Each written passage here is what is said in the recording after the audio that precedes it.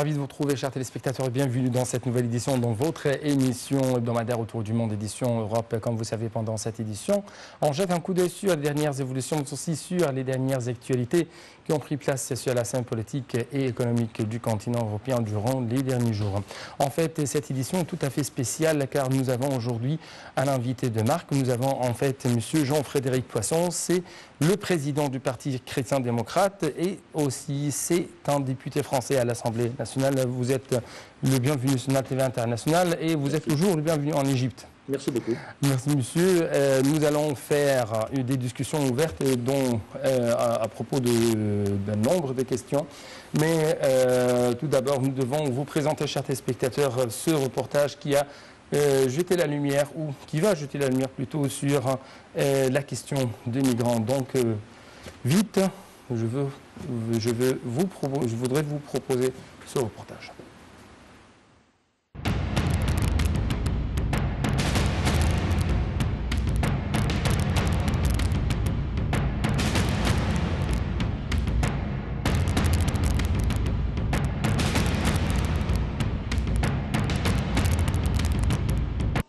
Devenu un pays de transit majeur dans les Balkans depuis la fermeture par Budapest, frontière serbo-hongroise aux migrants, la Croatie avait fermé cette semaine sa frontière aux véhicules serbes afin de protester contre le flux de migrants arrivant de Serbie. Face à l'ampleur de la crise entre ces deux pays, la pire depuis le conflit des années 1990, Bruxelles avait sommé vendredi Zagreb d'apporter d'urgence des éclaircissements poussant la Croatie à lâcher du lest. Le commissaire à l'élargissement de l'Union européenne, Johannes Hahn, avait lui aussi appelé Zagreb à revoir sa position, soulignant lors d'une visite à Belgrade que l'Europe avait besoin de stabilité dans les Balkans face à la crise migratoire. 2 jours après un sommet européen exceptionnel sur cette crise où les 28 sont convenus de renforcer les frontières extérieures de l'Union européenne et l'aide humanitaire à leurs voisins, le flux de réfugiés cherchant à gagner l'ouest de l'Europe via les Balkans reste important. La quasi-totalité des migrants arrivant en Croatie passe ensuite en Hongrie avant de rejoindre par un corridor de facto la frontière autrichienne et de là l'Allemagne. Tenant du dur, le Premier ministre hongrois a d'ores et déjà fait installer des barbelés sur 41 km de sa frontière avec la Croatie et a annoncé vendredi vouloir la fermer bientôt hermétiquement aux réfugiés. Cette fermeture avait été vivement critiquée par plusieurs pays et les images de centaines de migrants bloqués par les barbelés avaient fait le tour du monde. Mais un nombre croissant de dirigeants estiment aujourd'hui plus ou moins ouvertement que la Hongrie remplit son rôle en défendant la frontière de la zone Schengen face aux ambiguïtés de l'Union européenne et à son incapacité à contrôler les flux de migrants arrivant en Grèce depuis la Turquie.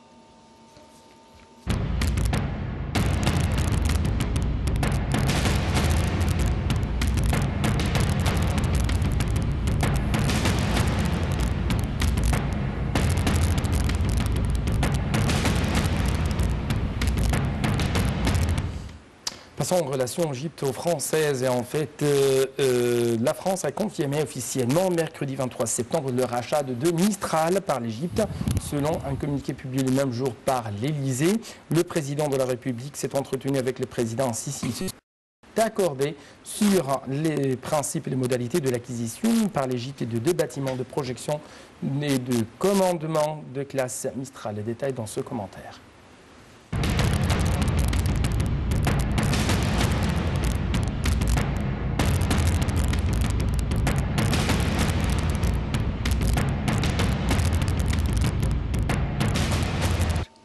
La France et l'Égypte se sont mis d'accord sur le rachat par le Caire des 2 Mistral initialement construits par la France pour le compte de la Russie. Paris avait finalement refusé de livrer les 2 porte-hélicoptères à Moscou en raison de la crise ukrainienne.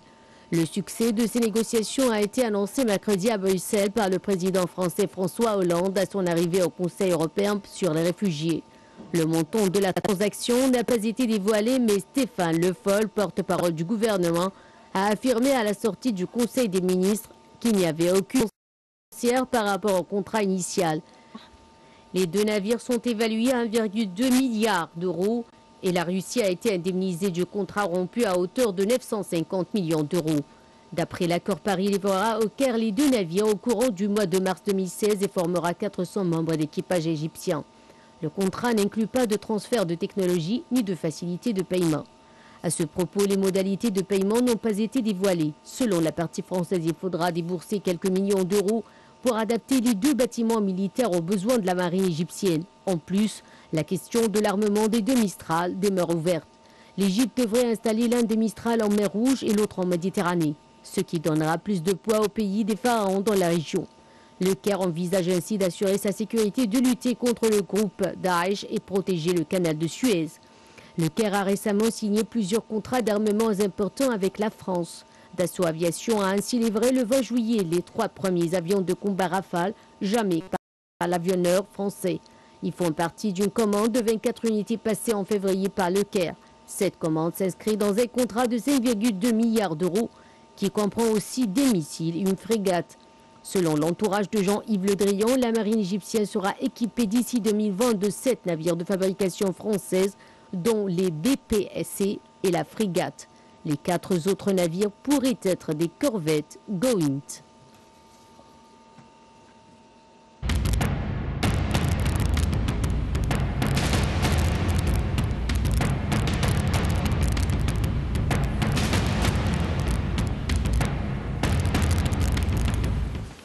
Rafale, Mistral, des armes françaises vendues à l'Égypte, un changement dans la position française vis-à-vis de la Nouvelle-Égypte. C'est une question. Il y a d'autres questions à discuter aujourd'hui avec notre invité de marque, monsieur Jean-Frédéric Poisson, président du Parti chrétien-démocrate, et en même temps, c'est un député français à l'Assemblée nationale.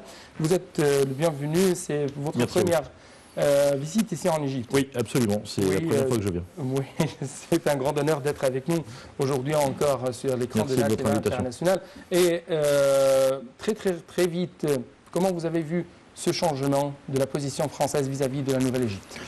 Je crois qu'elle accompagne en quelque sorte aussi un changement ou un rééquilibrage des relations entre l'Égypte et l'Europe occidentale, puisque jusque-là, l'Égypte entretenait des relations proches avec les États-Unis d'Amérique. Ouais. Le fait que l'Égypte aujourd'hui regarde un peu plus vers l'Europe occidentale et en particulier vers la France, c'est une très bonne nouvelle pour tout le bassin méditerranéen, ouais. C'est une bonne nouvelle pour la France, et je pense que c'est une bonne nouvelle aussi pour l'Égypte. Ouais. Il y a là une espèce de communauté de destin entre la France et l'Égypte que les accords ou les achats d'armes françaises par le gouvernement égyptien montrent et démontrent, et je pense que c'est une très très bonne nouvelle. Je crois que l'Égypte, durant les derniers mois, était un moteur très essentiel dans l'activation du marché d'armes françaises sur la scène internationale. Ah, ça c'est très vrai, oui. Nous devons aux Égyptiens d'avoir en quelque sorte débloqué la vente de nos avions Rafale que nous avions un peu de difficulté à commercialiser dans le monde entier. Et moi qui suis un ancien officier de réserve de l'armée de l'air française, je connais bien cet avion. J'étais jeune déjà quand il a commencé à voler, il y a une trentaine d'années. Oui. C'est un excellent avion, c'est sans doute un des meilleurs du monde. C'est vrai qu'il est cher. Maintenant, donc, nous avons la possibilité, grâce à vous, de le faire voler dans d'autres armes du monde. C'est très bien. Bien sûr, les Rafales étaient toujours bloqués par l'intervention américaine dans les marchés des armes. Oui, je pense pouvoir dire encore une fois que la manière dont les relations se rééquilibrent entre le Madrèche et l'Europe de l'Ouest, c'est une excellente nouvelle, y compris d'ailleurs pour la question des migrants qu'a montré votre premier reportage. Oui. En fait, à quel point vous trouvez que la France et l'Europe occidentale sont devenues de plus en plus très conscientes du rôle de l'Égypte, très conscientes de l'importance de la stabilisation des pays de la Méditerranée, c'est-à-dire assurer les frontières sud de l'Europe, c'est-à-dire assurer toute l'Europe? Je crois que, particulièrement ces derniers temps, tous ces pauvres gens qui viennent en Europe pour fuir la pauvreté, la guerre, la famine, les crises sanitaires, pour plein de raisons, ils s'en vont de leur pays aujourd'hui. Beaucoup d'entre eux passent par l'Afrique du Nord. Sans doute pas par l'Égypte, mais plus volontiers par les pays qui sont au sud de l'Égypte, la Libye, en tout cas. Et nous comprenons très bien et depuis longtemps d'ailleurs, que la stabilisation des pays de l'Afrique du Nord fait partie évidemment de la sécurité de l'Europe, de la même manière que la stabilisation ou la stabilité dans les pays du Moyen-Orient. Ouais. Deuxièmement, l'Égypte a connu ces dernières années des évolutions, des réformes politiques et institutionnelles qui rapprochent son propre modèle politique des modèles occidentaux. Par exemple, le fait que le mandat du président de la République soit désormais limité dans le temps, ouais. C'est quelque chose que les Européens connaissent depuis longtemps. Et nous voyons se développer dans ce très grand pays, 100 millions d'habitants désormais, avec une puissance démographique, culturelle importante, un sentiment national qui en fait un pays spécifique parmi les pays musulmans, en tout cas dans cette région du monde, puis des relations très anciennes entre la France et l'Égypte. Tout ça nous fait considérer que, effectivement, des relations entre la France et l'Égypte se renforcent, elles doivent se renforcer. Et par ailleurs, la communauté de destin dont je parlais tout à l'heure autour du bassin méditerranéen permet que la France et l'Égypte en particulier, mais d'autres pays que la France aussi, ouais. Puissent discuter de manière plus énergique. Oui, en fait, nous venons de diffuser le discours prononcé par le président égyptien Abdel Fattah el-Sisi au sein de l'ONU, à la tribune de l'ONU à New York. Et il a parlé du terrorisme, ce fléau qui frappe n'importe qui, n'importe où, oui. Dans le monde entier. Donc, comment vous avez suivi même la position de la France concrète le président égyptien Abdel Fattah el-Sisi vis-à-vis du dossier de terrorisme? Je pense que, comme vous dites très justement, maintenant, plus aucun pays n'est à l'abri ouais. Du radicalisme musulman et de la barbarie. Certains pays sont victimes de cette barbarie et de ce radicalisme tous les jours. D'autres le sont de manière plus ponctuelle, c'est le cas de la France, c'est le cas également des pays d'Afrique du Nord. Je crois que, là encore, nous ne découvrons pas, personne ne découvre en réalité qu'un certain nombre de mouvements extrêmement radicaux choisissent d'employer la violence pour faire valoir leurs projets politiques ou religieux. C'est une idée qui, à la fois comme chrétien, comme philosophe, comme citoyen français, m'est absolument étrangère. Je n'aime pas cette façon de faire, je pense qu'elle n'est pas légitime, et je pense qu'elle produit du malheur, jamais du bonheur ni de la prospérité. Et nous devons combattre ça. Ouais. Le fait que, même dans les pays musulmans, ces mouvements musulmans radicaux s'attaquent aux musulmans comme aux chrétiens, et puis à ceux qui n'ont pas de religion particulière, et c'est leur droit, nous place d'une certaine manière tous dans la même situation, c'est-à-dire la nécessité de travailler ensemble pour contrer ce phénomène. Ouais. Alors, il y a d'y travailler chez soi, d'une certaine manière chacun pour soi, ou chacun chez soi, et puis il y a d'y travailler aussi dans les pays où se déroulent des conflits à caractère international et en face desquels la réponse de la communauté internationale doit être extrêmement vive et très énergique. Ouais. À quel point vous êtes convaincu qu'il y a des puissances mondiales qui essayent d'instrumentaliser, entre deux guillemets, ce radicalisme de certains musulmans? Je regarde comme tout le monde les publications qui sont faites, les informations qui sont fournies par toutes les personnes qui observent ce mouvement. Nous savons bien que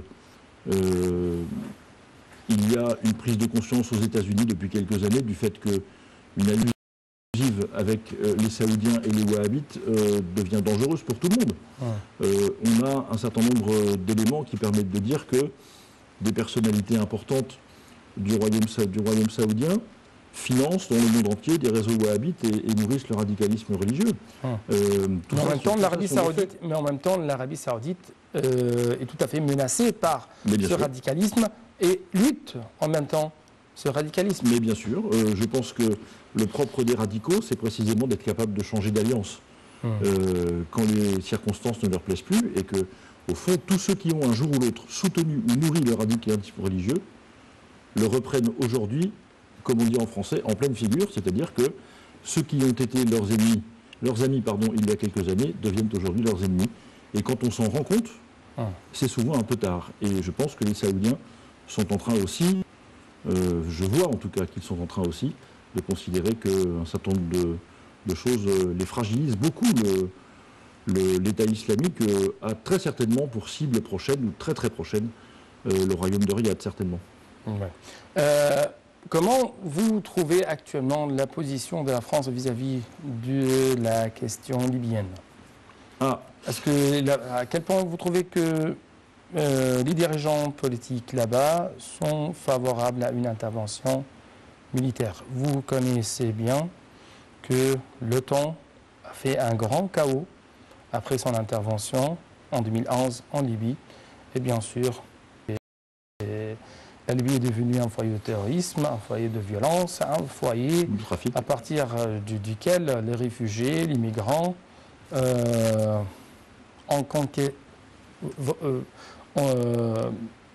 partir duquel les migrants sont partis en Europe. J'ai passé 3 jours à Tripoli au mois de juillet, cette année, il y a quelques semaines. J'ai rencontré tous les responsables politiques du gouvernement de Tripoli. Vous savez que le gouvernement de Tripoli n'est pas reconnu par la communauté internationale, alors que le gouvernement du général Haftar à Tobrouk, lui, est reconnu par la communauté internationale. Il avait d'ailleurs été assez largement soutenu par le gouvernement du Caire à l'époque quand il s'est installé. La Libye est dans un très grand désordre, c'est vrai. À cause de l'OTAN? Oui, à cause de l'OTAN et à cause aussi de sa propre organisation. Tribale. Oui, et puis mal régulée. Enfin, ce sont des choses qui sont visiblement assez compliquées. Comme je dis de temps en temps, j'ai d'ailleurs déposé un document officiel à l'Assemblée ces jours-ci, à l'Assemblée nationale à Paris sur ce sujet. Il est vrai que les Occidentaux ont une part de responsabilité dans la situation que nous connaissons aujourd'hui au Moyen-Orient et en Afrique du Nord, de manière assez ancienne. Mais il faut aussi, le moment doit venir que le monde arabe dans son ensemble regarde quelle est sa propre responsabilité dans cette situation, car il en a eu lui aussi. Et moi je veux bien que les Occidentaux prennent leur part de responsabilité, corrigent ce qu'ils ont fait de travers et aident tous les pays à la stabilité à laquelle ils aspirent, mais il faut aussi que les acteurs eux-mêmes soient conscients de leurs propres limites et de leurs propres erreurs. Je reviens à la Libye. Je pense qu'une partie du problème provient du fait que, comme souvent d'ailleurs, nous n'avions pas de projet politique réel de substitution du colonel Kadhafi, que nous avons été certainement très imprudents en intervenant militairement puis en nous retirant de manière rapide. Et aujourd'hui, les discussions qui existent entre le gouvernement de Tobrouk et le gouvernement de Tripoli doivent aboutir. La communauté internationale doit faire en sorte que ce dossier puisse se conclure, que le partage des responsabilités se fasse normalement. Et je pense que l'Égypte et le gouvernement du Caire, qui a un rôle important dans la situation, et qui peut intervenir auprès en tout cas des Libyens, doit avoir un rôle à jouer également dans la stabilisation de ce pays. Oui. En fait, durant les derniers jours, il y avait une levée de bouclier, une tempête au sein de l'Assemblée nationale française vis-à-vis de certaines déclarations faites par le président français François Hollande. Selon lui, il faut faire une intervention terrestre au sein de la Syrie. Mais dimanche dernier, la France a commencé à lancer ses premières frappes au sein de la Syrie, entre guillemets, contre les membres de Daesh. Je ne vois pas comment on pourra battre l'État islamique sans intervenir militairement. C'est un groupe, ce n'est pas l'État islamique. Il s'appelle l'État islamique, oui, vous avez raison. Parce que ici en Égypte, nous avons quelques réserves, même à propos de l'utilisation de certains mots, comme par exemple les djihadistes. Ici en Égypte, nous employons toujours, ce sont des terroristes, mais en France, ils parlent toujours de djihadistes. Je comprends ça très bien. Je parle de terroristes ou de barbares moi aussi, donc je n'ai pas de réserve sur le sujet. On ne pourra pas battre donc cette armée qui déstabilise toute la région sans intervenir contre elle au sol, en envoyant des troupes au sol, premièrement. Deuxièmement, je pense que tout n'est pas fait aujourd'hui pour bloquer l'avancée de Daesh, parce que il y a des intérêts importants, des positions, des maintiens d'équilibre qui empêchent de le faire. Je pense que, en particulier, la difficulté d'entente qu'on a vue ces jours-ci à New York, à l'ONU, entre la position russe d'un côté et la position américaine de l'autre côté, explique une espèce de statu quo, même si le président Poutine a l'air extrêmement décidé à faire en sorte que les choses avancent. J'observe d'ailleurs que le fait que nous ayons vendu, que la France ait vendu les deux Mistral à l'Égypte est certainement le signe aussi, comment dire, d'une proximité renforcée entre l'Égypte et la Russie par les temps qui courent, et nous devons nous aussi en tirer un certain nombre de conclusions sur les équilibres diplomatiques dans cette région. La France a décidé enfin, de frapper Daesh en Syrie. La clé de cette affaire, elle est assez simple. Quand j'ai rencontré le président Bachar al-Assad au mois de juillet à Damas, il m'avait décrit ce qui est, c'est-à-dire la volonté des Russes de construire une coalition pour aller combattre Daesh au sol. Ouais. Cette coalition est en train d'être constituée. Elle repose toujours la même question. Est-ce qu'il faut d'abord une transition politique en Syrie pour faire en sorte que soit en situation plus forte de combattre Daesh, ou bien est-ce qu'on bat d'abord Daesh et ensuite on assure la transition politique? Ouais. Moi je pense qu'il faut d'abord battre Daesh, parce que tant que Daesh est en place, je ne vois pas comment on peut assurer une transition politique stable en Syrie. Donc il faut prendre les choses dans l'ordre, on bat d'abord Daesh, on va au sol. Si les Russes ont décidé de le faire et souhaitent le faire, eh ben on peut les laisser faire après tout. Et puis ensuite, s'il y a une transition politique, s'il y a des procédures judiciaires, s'il faut envoyer M. Assad devant les tribunaux parce qu'il a fait des choses qu'on n'a pas le droit de faire et qui sont horribles, eh bien on le fera. Ouais. Mais après, pas maintenant. Ouais. Actuellement, nous diffusons le discours prononcé par M. Poutine, le président de la Russie, au sein des Nations Unies. Et en fait, le point A est que Poutine bâcle Hollande et Obama. Oui. Poutine a dit à ces deux dirigeants, vous n'êtes pas des Syriens, vous n'avez pas l'option de choisir au nom des Syriens. Et en même temps, Poutine a appelé, a invité les Occidentaux d'être un membre dans une coalition formée avec la Russie et en coopération avec l'armée syrienne, ou comme vous appelez l'armée de Bachar al-Assad, afin de lutter contre Daesh. En fait, nous nous trouvons actuellement dans une situation presque compliquée, parce que nous sommes dans une ère de liquidité politique, pas de bloc politique, c'est-à-dire les États sont tombés d'accord sur certaines questions, ils sont tout à fait dans une position très opposante dans d'autres questions. En même temps, est-ce que nous trouvons que le Proche-Orient a eu une carte à diviser entre les grandes puissances, et ça au détriment du peuple syrien qui souffre, qui est transformé aujourd'hui en tant que des migrants, en tant que des vagabonds, en tant que des réfugiés, en tant que des hommes oubliés dans l'histoire moderne de l'humanité, et en même temps tout cela pour arriver à instaurer une démocratie. Ce sont les slogans, la démocratie. Et même nous avons vu la démocratie américaine en Irak, il n'est plus l'Irak. La situation est toujours très dramatique ici au Proche-Orient. Donc comment vous observez Premièrement,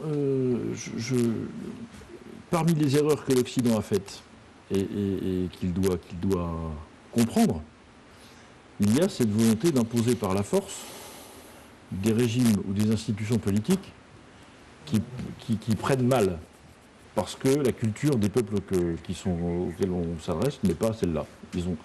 On a le droit d'avoir d'autres politiques que la démocratie parlementaire. La démocratie parlementaire n'est pas forcément l'alpha et l'oméga de tous les régimes du monde entier. Il y a des tas de pays qui vivent sans la démocratie parlementaire à l'européenne et qui vivent très bien pour autant. Donc il faut pouvoir respecter ça. Ouais.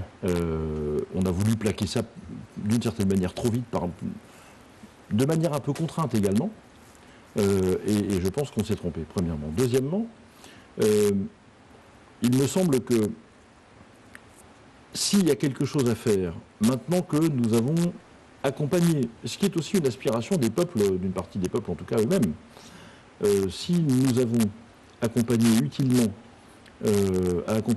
cette évolution, c'est lorsque les institutions existent, eh bien, les laisser fonctionner.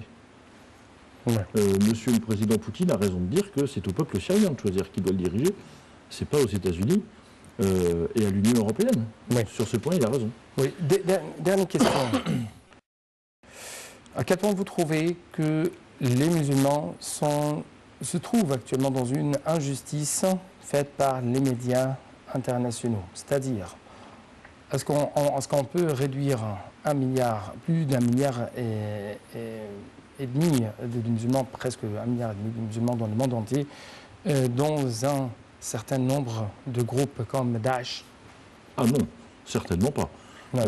Et d'ailleurs, lorsque j'ai rencontré le grand moufti de Damas cet été, j'ai eu la conviction que je partage la même idée que lui. Je ne veux pas que l'assassinat soit sacré. Il y a ceux qui veulent que l'assassinat soit sacré, ceux qui ne le veulent pas. Ceux qui ne le veulent pas doivent pouvoir pratiquer leur foi comme ils l'entendent et sans aucun problème en tout cas. Ouais. Monsieur Jean-Frédéric Poisson, président du Parti chrétien-démocrate, député français à l'Assemblée nationale. Merci beaucoup pour Merci beaucoup pour votre présence ici sur la TV internationale, notamment ici en Égypte, votre deuxième pays. Merci beaucoup, monsieur. Merci. Merci. C'était tout, chers téléspectateurs. Bonne suite de nos programmes sur la TV internationale. Au revoir.